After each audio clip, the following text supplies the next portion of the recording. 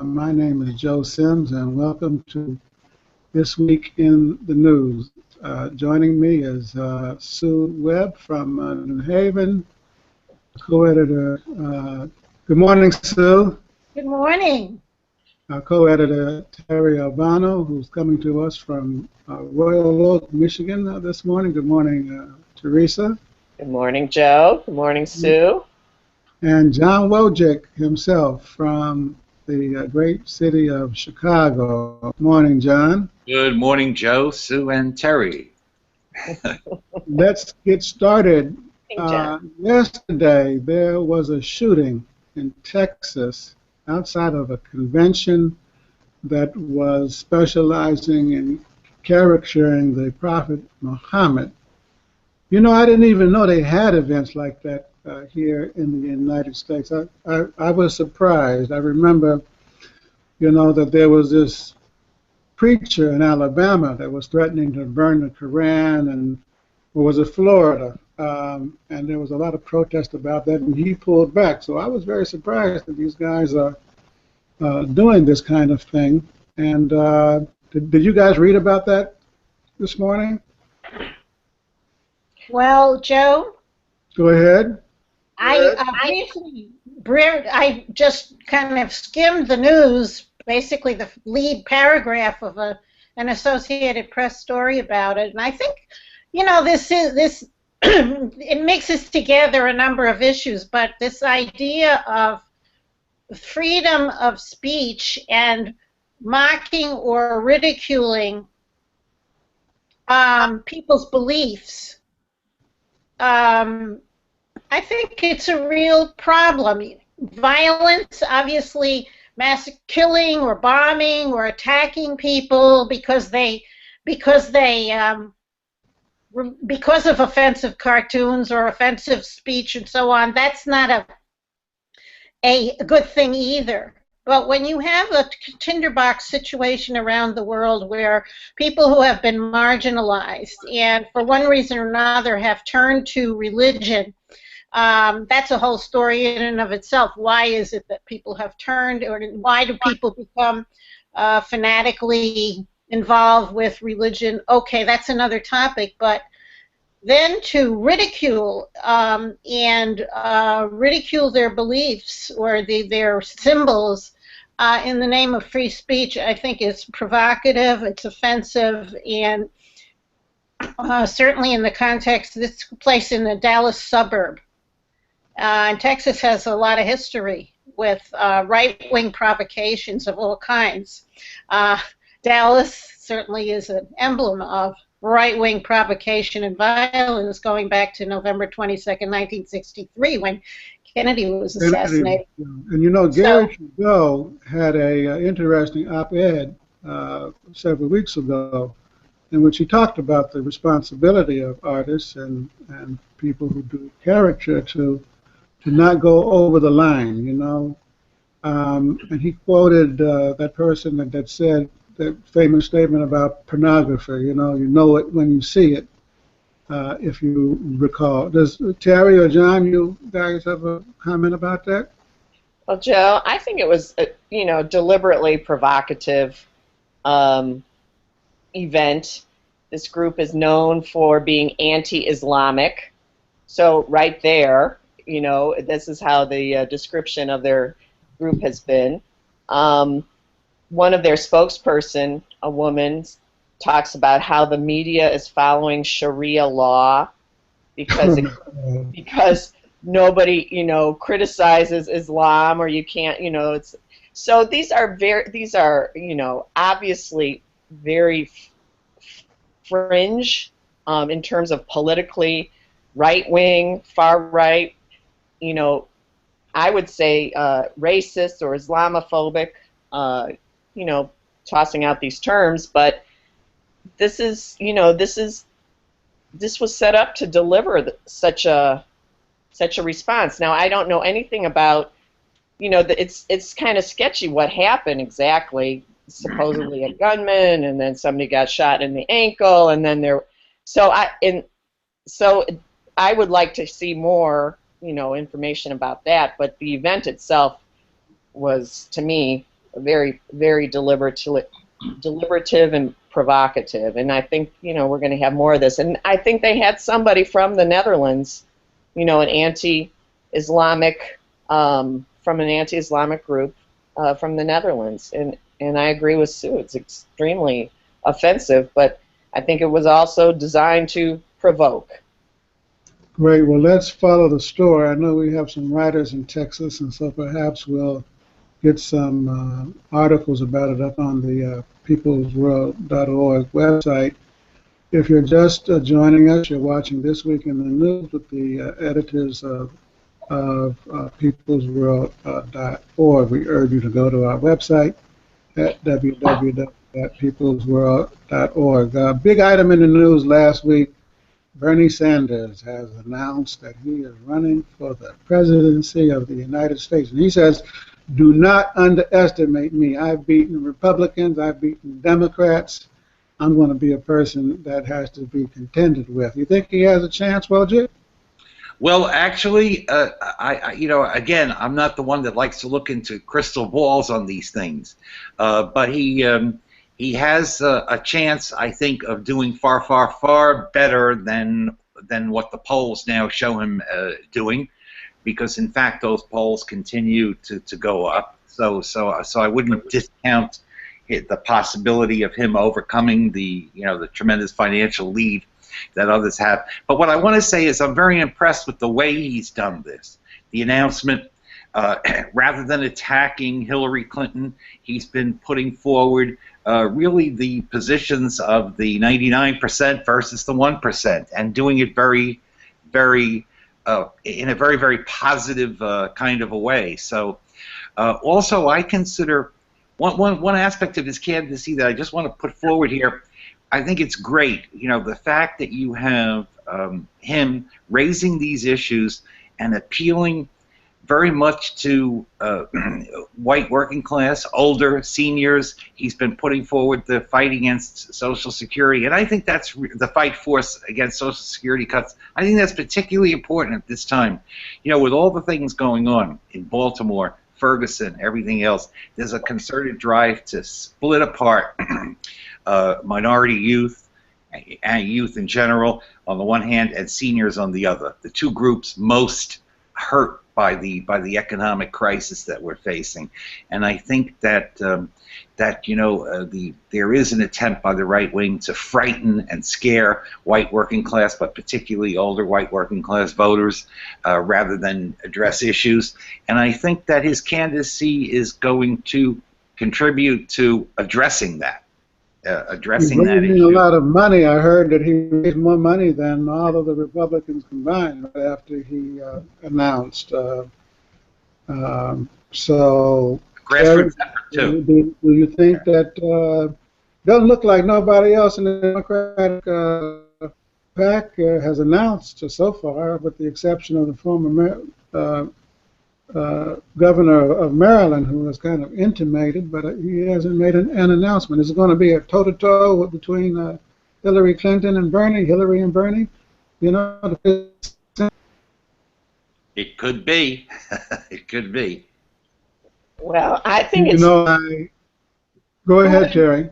Who would have thought that a self-described socialist in our lifetime was going to be a candidate in a major party for president, or running for the candidacy? So I think it's going to be a really interesting and terrific. It's a terrific development, I think, for many of the reasons that Wojcik said in terms of addressing the issues. He's been going around the country and talking to working class audiences. I know he came to Chicago and had a rally on the south side, in an area that's been hard hit with the steel mill closings of many decades ago, but also in this fight for clean air and against the dumping of the Koch brothers, Petcoke dumpings on the south side, and it's a facility owned by the Koch brothers, and terrific response, and this is part of the, I think, what Wojcik said about trying to address working class issues from Social Security to jobs, and I think it's going to be good. Now, and I think it's going to have an effect on Hillary too. It already has. Well, speaking of which, I must say I saw Mrs. Clinton gave a speech at Columbia University where she was addressing the issue of police crimes, and she really had a pretty developed program. She discussed the problem of mass incarceration as an issue. She discussed the issue of reforming the police departments, and not only body cameras, but addressing the issue of the culture in the police department, and by implication the issue of sentencing laws that we have, and in New York that you have to deal with the issue of marijuana because vast majority of the young people who are arrested on possession, and that kind of thing. How's the Clinton campaign doing, Sue? You got any sense of it? Well, I also thought her statement about Baltimore and the, issues related to it was very good. And I think Bernie Sanders' entrance into this race is good for Hillary. It's good for the progressive movement. It's good for the fight to defeat the Republicans, the ultra-right. It's energized, and I think it puts a highlight onto the Democratic primaries and the Democratic race. It energizes. I think it's whoever comes out as the nominee will be energized as a result of this, and to the extent that, and he, as John pointed out, I think it's very important that he's doing this in a unifying way. I see John's cat wants to participate in this. No, that was DC. Oh, his dog. Well, maybe he wants to be. She wanted to be. Go ahead, Sue. I think we should discuss dogs at some point. But anyway, I think he's doing it in a unified way. He said he's not going to run as an independent third-party candidate because he doesn't want to be a spoiler. He's very aware, I think, of the need for unity to defeat the right, but he's energizing, and I think to the extent that he brings people into the process around issues, it's going to be great. So I think it's good for Hillary, and hopefully will energize her, but also in a more progressive direction, but also for beyond the 2016 elections to help build a movement. I think it's good that he's dealing with the issue of jobs and Social Security. I think it's great that Mrs. Clinton is dealing with the issue of criminalization. I've read some criticism of Sanders as not having addressed that issue directly. So perhaps they'll be able to help each other and help the debate and help, stimulate some real solutions to these problems, because we have some really, really tough issues to deal with, and the uprising in Baltimore is an indication of that, because here the issues of poverty and class and race and institutionalized racism, came full front, and what a movement developed as a result of it, culminating in the decision of the Attorney General to prosecute and charge those 6 officers with the death of Freddie Gray. Big thing, Terry. Don't you think? Well, yeah, a huge thing. And the state's attorney, Marilyn Mosby, she deserves a lot of credit. And I think it's an interesting thing when you think about the protests and it really forcing the issue, but also that she ran for state's attorney on this very issue as well. So there was an electoral component in the fact that she was elected and talked about the excesses, the police crimes, the police brutality, and that her office wouldn't tolerate it. And so she came through with her promises as well, and I think that's an important thing to think about when going also into 2016.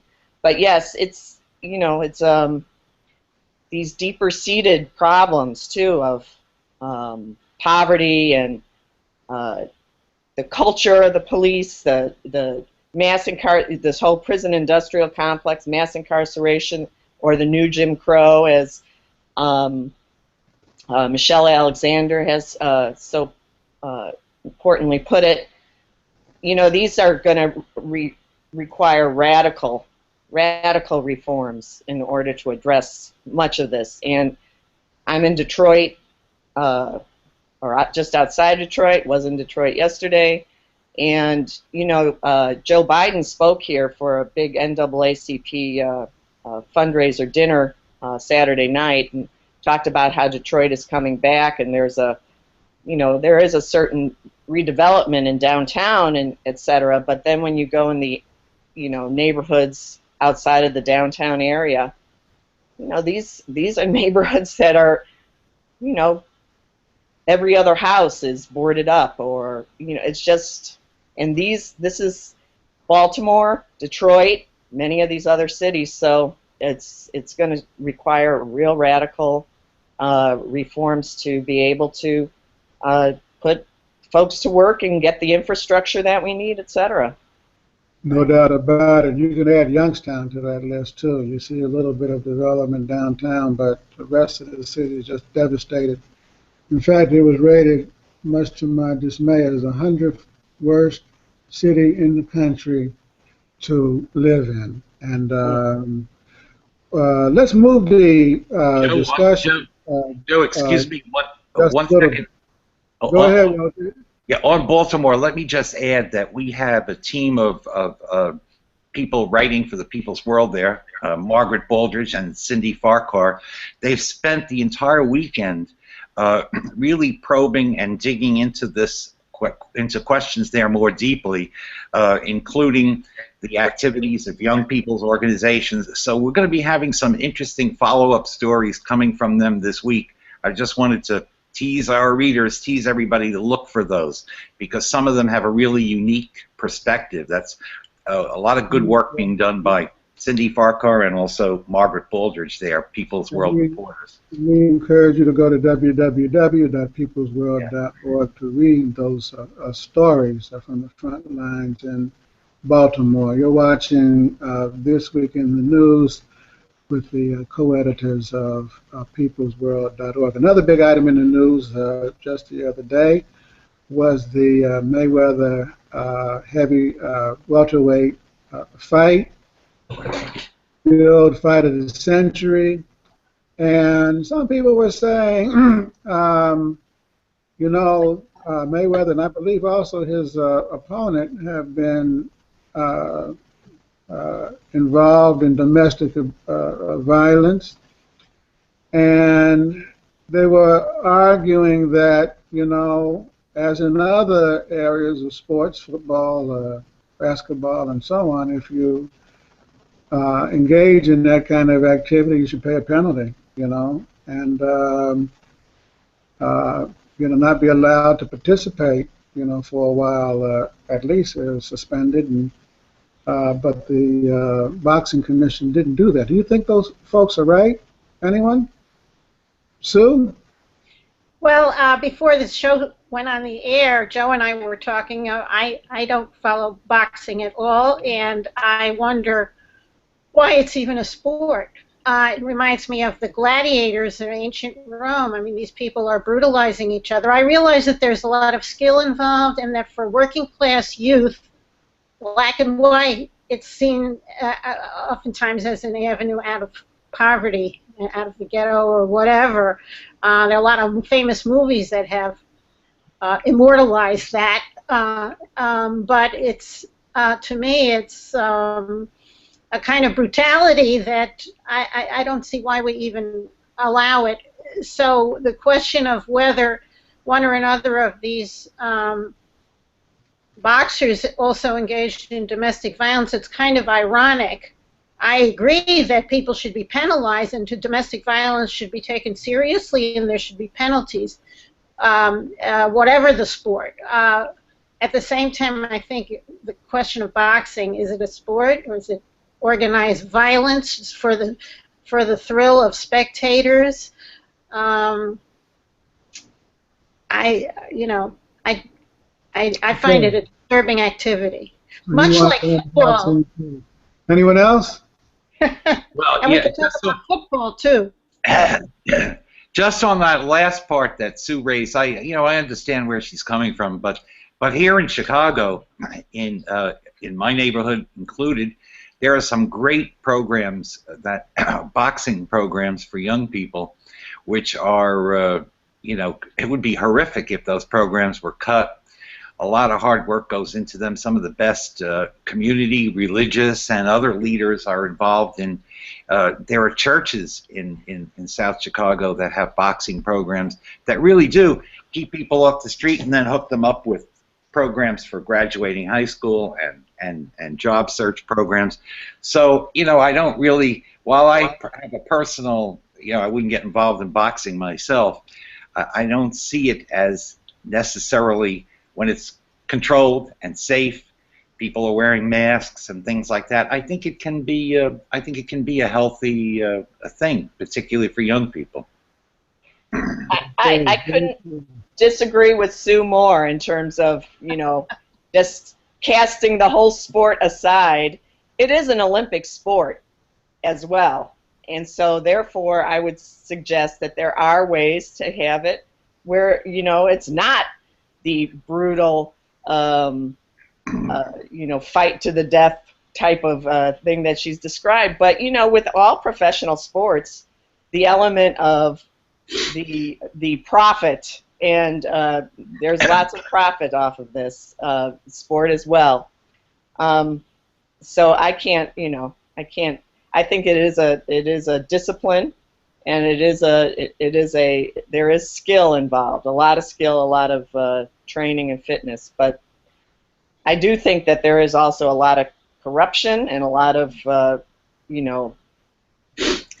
activity, etc. It's been that whole connection has been well documented in movies as well. So.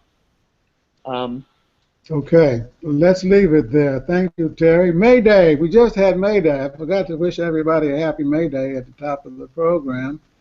Did you guys march? Saturday I was marching. We went to 60th and Park with the Central Labor Council, and we protested the Walmart owners. They have a condo there on Billionaires Row, and then we marched over to the west side. Big march in Chicago or in New Haven. Well, it wasn't a march. We had it was a nice turnout, labor turnout at Haymarket Square, which is the ground zero for May Day from 1886 and the fight for the 8-hour day, and where the rally was held that eventually wound up with the, Haymarket Martyrs. And the labor movement had a rally here. Fight for 15 was on the agenda. But what happens here in Chicago is that unionists from around the world come and visit, and to be in Chicago on May Day is a big deal. And so this year there were representatives of the Swedish trade union movement, and they put a plaque on the bottom of the, there's a nice statue that marks Haymarket Square. And so we've been, in Chicago, the labor movement has collected a number of plaques honoring those who fought before us on May Day. And I thought it was interesting because the Swedish representative, invoked the name of Joe Hill. And reminding us all that Joe Hill too. Yes, was a Swedish immigrant. Was. Well, they played There a were big also role. a delegation from the Japanese trade union movement, and we've had Iraqi trade unionists here, so in Chicago. So it's quite an event. And Speaking it's of often mixed with international, immigrant rights issue. great. Speaking of international issues, if we could just shift the discussion just for a moment. I read that, Sue, that two things about Israel. First, that Jimmy Carter was over there, and he has a history and negotiating peace with Camp David and everything, but Netanyahu wouldn't talk to him. Why not? Well, it's not too surprising. Look how he snubbed and scorned the current sitting president, Barack Obama. How about that? So, and Just of course, being Carter plain. has been extremely outspoken in terms of, you know, the issue of Palestinian statehood and rights for the Palestinians. So he met with the Palestinian Authority President Mahmoud Abbas in Ramallah, which is the current capital on the West Bank, but Netanyahu, it's not too surprising. Now, I think the other thing you may want to be bringing up is this big protest by Ethiopian Jews in Israel for being abused and mistreated. And there was a mass protest, not only involving Ethiopian Jews, who are dark-skinned, they're black Jew, Right. Ethiopians, African.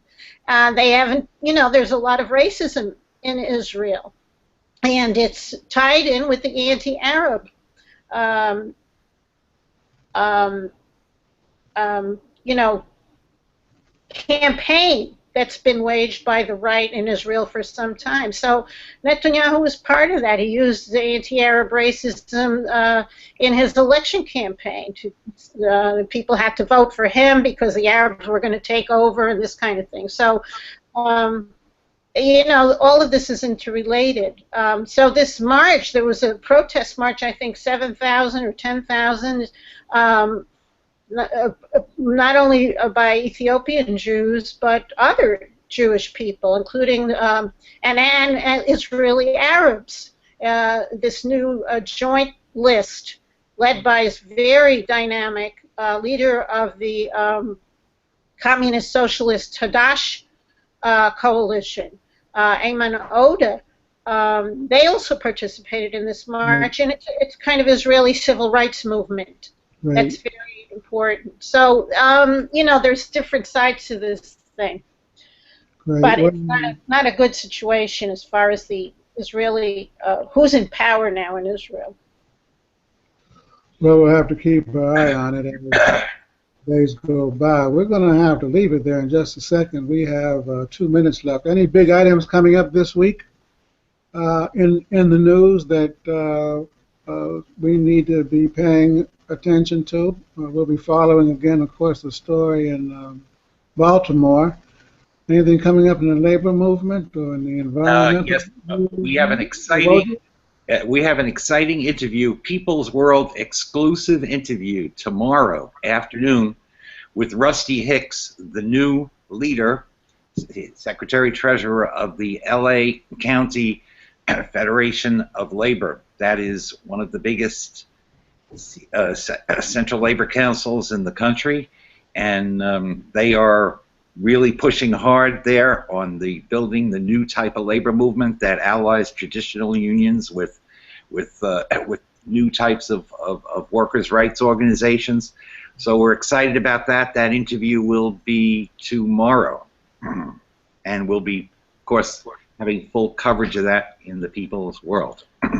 Great, thanks for letting us know about that. Terry, what about this awards dinner? We should let our viewers know that the People's World is a award-winning website. Several of our writers received first, second, third prizes, both from the International Labor Communications Association and then from the Women's Journalism Association in Illinois. Isn't that coming up in a week or two, Terry?